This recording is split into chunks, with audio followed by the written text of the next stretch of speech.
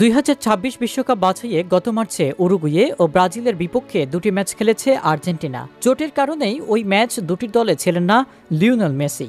যদিও দলে ফিরতেও বেশি সময় লাগল না কাতার বিশ্বকাপ জয়ী অধিনায়কের। বিশ্বকাপ বাছাই পর্বের ম্যাচে আগামী মাসে চিলি ও কলম্বিয়ার বিপক্ষে মাঠে নামবে আর্জেন্টিনা। মেসিকে ফিরিয়ে আসন্ন ম্যাচ দুটির জন্য দল ঘোষণা করেছেন লা আলবিসেলেস্তের প্রধান কোচ লিওনেল মেসি। এর মাধ্যমে 2 ম্যাচ পরই দলে ফিরলেন রেকর্ড 8 বারের ব্যালন ডিওর জয়ী ফুটবলার। মেসি ছাড়াও দলে ফেরানো হয়েছে জিওভানি লো সেলসো, অ্যালেসান্দ্রো গানার্চো ও নিকোলাস। দলে জায়গা হয়নি পাওলো দিবালার।